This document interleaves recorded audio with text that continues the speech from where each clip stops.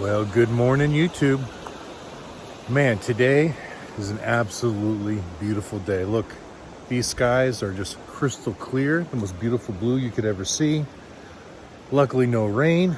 You can see we had quite a bit. That creek is still full. It is a bit cold. It's only 37 degrees, but man, it is just beautiful today.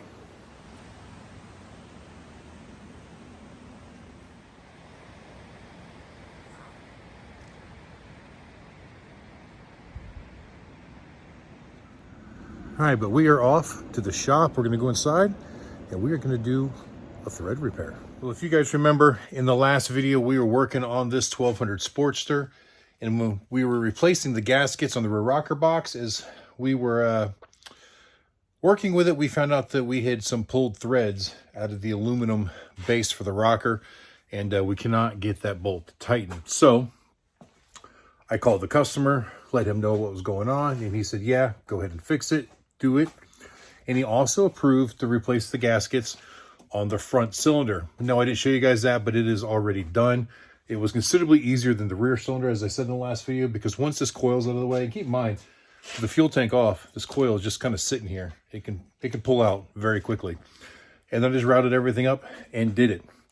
Ironically enough, I sold him on that job by informing him of the updated gaskets that Harley has changed so that they prevent the leaks. I said, look, we got the gaskets here. We might as well go ahead and do it. That way we don't have a leak on the front gasket in the near future.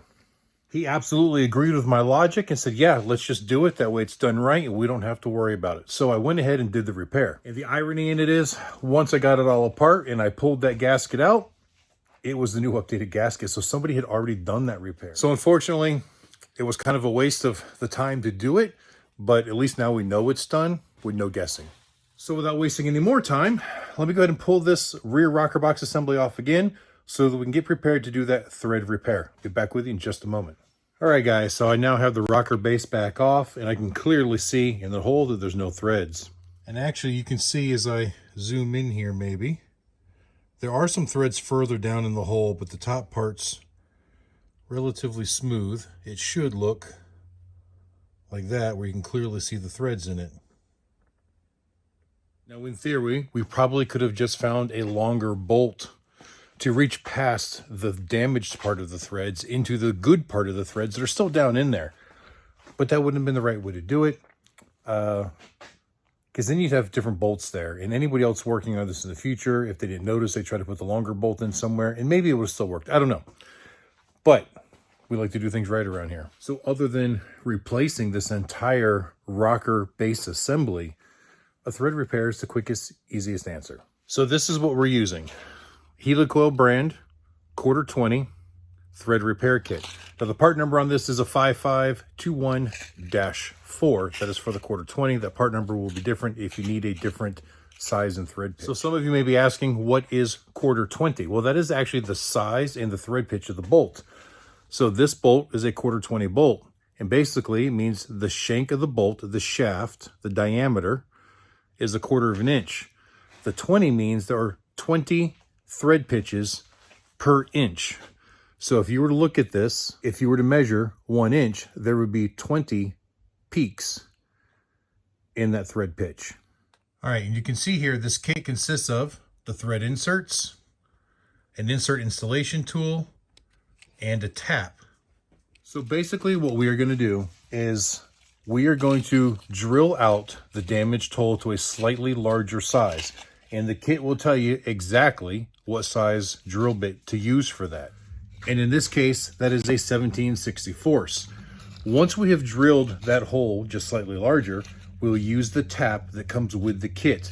This is going to tap new threads into that hole, not the threads that the fastener will then thread into, but that will be the thread pitch that fits the outside diameter of the thread insert. So as we take a closer look at the actual thread insert, you'll see that it is threaded both on the inside and on the outside. So once we have that hole tapped, we can then use the tool and some red Loctite.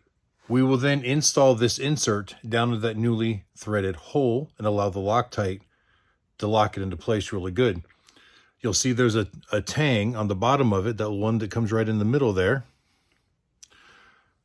If you have a bolt that's longer than this thread insert, these tangs are designed to be broken off. You can just reach in there with a small tool and just tap it with a hammer or push it off and it will break off. Obviously, you don't want to do that over an engine or where that can fall down inside an engine. And another reason we're doing this on the bench rather than doing this repair on the motorcycle, because we don't want any contaminants either from this piece or even the drilling and tapping to get inside the engine. All right, guys, and so once that insert is actually installed, then the bolt will thread into the inside thread of this and work just like normal. No special bolts, everything's OEM, and this is considered a permanent repair. Now, I say permanent, yes, you can go back and cross thread these if you do something wrong, but this insert is actually made of stainless steel. This will be stronger than the original installation that was just threaded into the aluminum. Granted, this is threaded into aluminum as well, but the torque is no longer applied directly to the aluminum when you tighten it down. So let's get to it and get this thing done.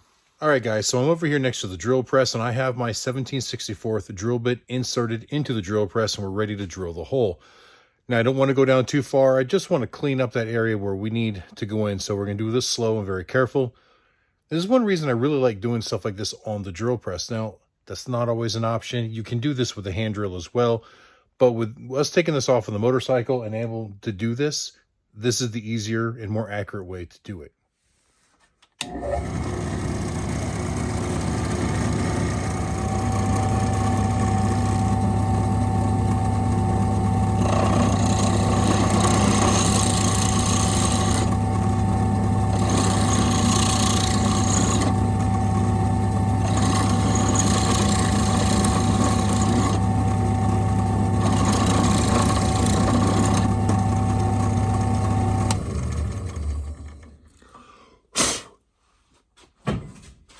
Okay, guys, now that we're done with the drilling, we've moved it back over to the other bench, and it's time to tap the hole that we just drilled.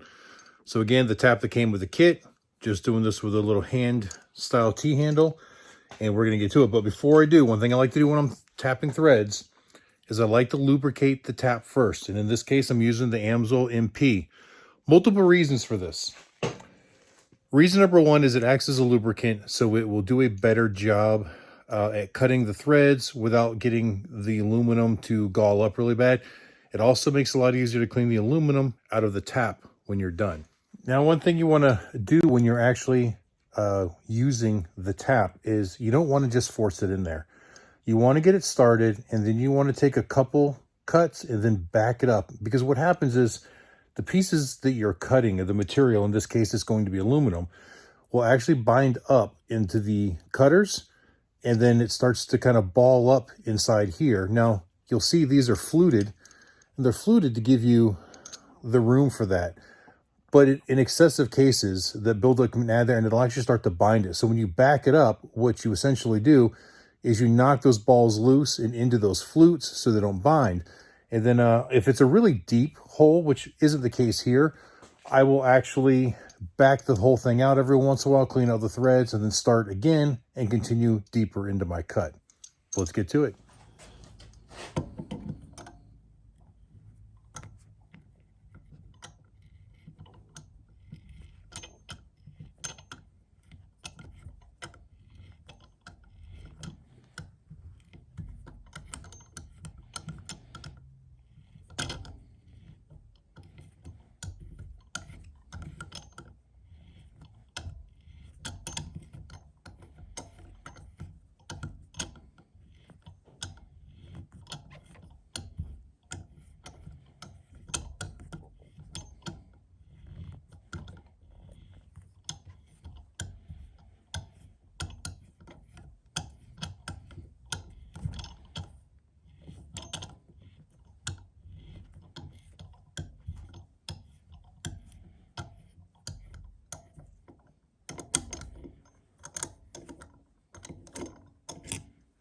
All right, guys, and it was easy as that. As you can see, some of the pieces of aluminum are still kind of on there. But using that AMSOIL MP, I left that barrier on there so the aluminum will stick. So I'm just going to hit it with a blowgun real fast, and all that will disappear. All right, guys, and there you go. Perfectly clean, ready to use again. While I had the air gun out, I went ahead and blew this nice and clean too. So let me show you that hole that we just tapped. So there it is. You can see the nice clean threads going on down in there. You see it's just slightly larger than the OEM hole, but it's nice and clean. So really the next step is to install the actual thread insert. But because we use the lubricant to do the cutting, an important step here is you want to make sure you clean that lubricant out of there. So I'm going to wash it out with some brake clean, blow it out with air, and then I'm going to do that again and blow it out with air. Just to make sure that there's no oil residue in there, so that the Loctite that we apply will actually get a really good firm bond in there, so that this doesn't try to screw out or in when you're installing or removing the fasteners in the future. All right, guys, so at this point, we want to take our thread insert and take the tool, and you'll see the tool has got an end on it designed to catch the tang. So you just want to gently thread that into the insert until it reaches the tang. All right, so here is a little bit of a better view of that. Well, if I can get it to focus.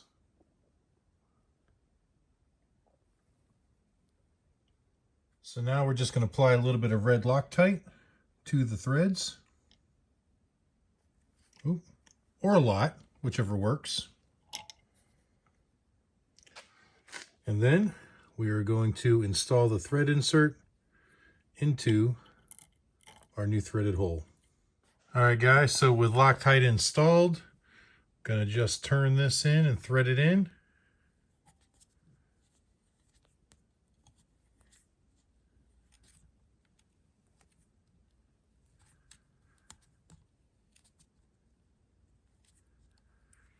And I'm gonna countersink it just a little bit below the bore. Now you can always back this out and check your depth.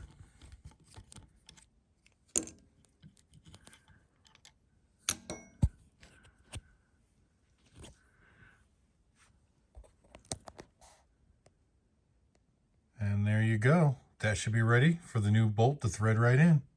Okay, guys, and the final step for the installation is we're going to take a small punch that will fit down inside the thread insert and a teeny tiny little hammer, and we're just going to knock off that tang. That way, when the bolt that we put in, because it is longer than the actual thread insert, it's going to break it off when we put it in, but I don't want that to stay inside the engine because it could possibly get bound up somewhere, you know, the next time somebody removes it or whether. So I'm going to go ahead and break the tang off now, make sure that I pull it out of there and discard of it appropriately.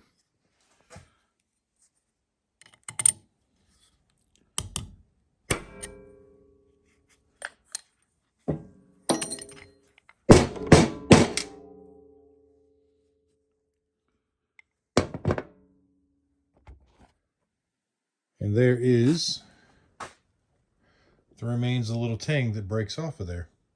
Well, guys, that's it. The rocker base plate is completely repaired. We're just going to give that red Loctite some time to dry up before we do the final assembly on this, so that we don't accidentally Loctite our bolt in it. But truth is, by the time I get this all assembled and get that top piece on, it should be fine. So I'm not going to bore you with that, because you saw how all this stuff went on in the last video. This was really just about the thread repair. But it's that easy. You drill it, you tap it, you insert it. Not brain surgery. But I don't know what this piece costs. I didn't actually look it up. But I guarantee you that that kit, which I think was $28 for the whole kit, but I can fix a number of thread repairs. I think it came with 10 inserts. So I can do this 10 times for that $23. Beats the price of buying a new OEM Harley Davidson part. Well, guys, that is going to conclude this video. I hope you enjoyed it. Thank you for watching. And until the next time I see you, you guys keep those engines running.